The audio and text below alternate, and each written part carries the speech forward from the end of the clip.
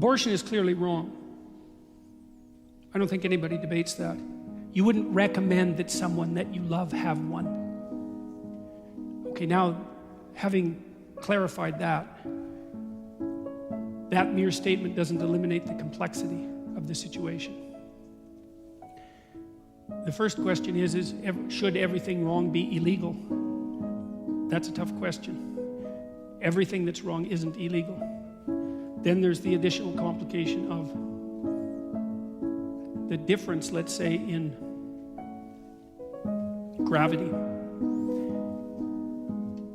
regarding the problem in relationship to men and women. And we don't know how to deal with that. Having said that, I would say that it's actually the wrong question. There's something Leonard Cohen said once. He said that in a massacre, there's no decent place to stand. And what he meant by that was, sometimes you're where there is no good decision left. No matter what you do, it's wrong. So then the question is, how did you get there? Well, let's say you're in a position where you are inclined to seek an abortion. The question is, how did you get there?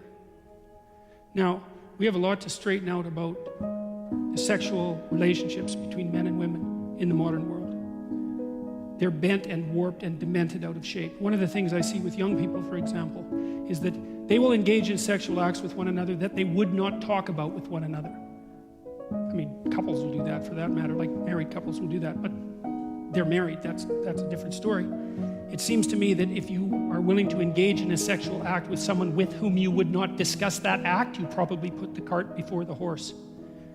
So, the discussion regarding the legality of abortion is nested inside a larger discussion about the morality of abortion, and that's nested inside a larger discussion about the proper place of sexuality in human behavior.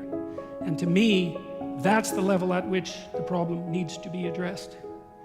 Now, I don't have the answer to that, because the old answer was, get married. That's a good answer. And it's an answer that people should still listen to. But we'll put that aside momentarily. I had a client at one point who was, I don't know, she was probably, I'm going to disguise her in a variety of different ways. She was 27, 20, thereabouts, had come from a relatively conservative background, quite a timid, fearful person, and also not very well, not sophisticated in relationships. And she'd never had sex. Well, there's a bunch of things she'd never done. Well,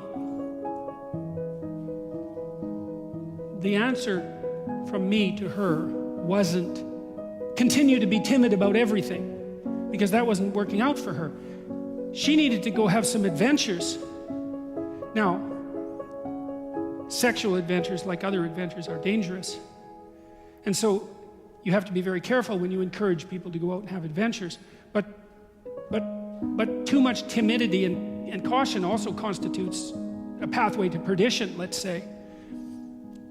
You can't just say to people in the modern world, well, no sex till you're married, unless you're going to get married when you're very young, and perhaps you should. I don't know about that. But I don't think that we're mature enough as a culture to have a serious discussion about sexual propriety, especially in the aftermath of the birth control pill. And we seriously need to do that, and we haven't. And so I think the eternal debate about abortion, horrible as it is it's the surface manifestation of a much deeper problem. Now, I talked a little bit today about the utility of marriage, like the spiritual utility of marriage. And that's something that I think we're so immaturely cynical as a culture. Like we're not wise enough to look at an institution like marriage and to really think about what it means and what it signifies. It signifies a place that people can tie the ropes of their lives together so that they're stronger. It signifies a place where people can tell the truth to one another. It signifies a place where sexuality can properly be integrated into life. That's no easy task.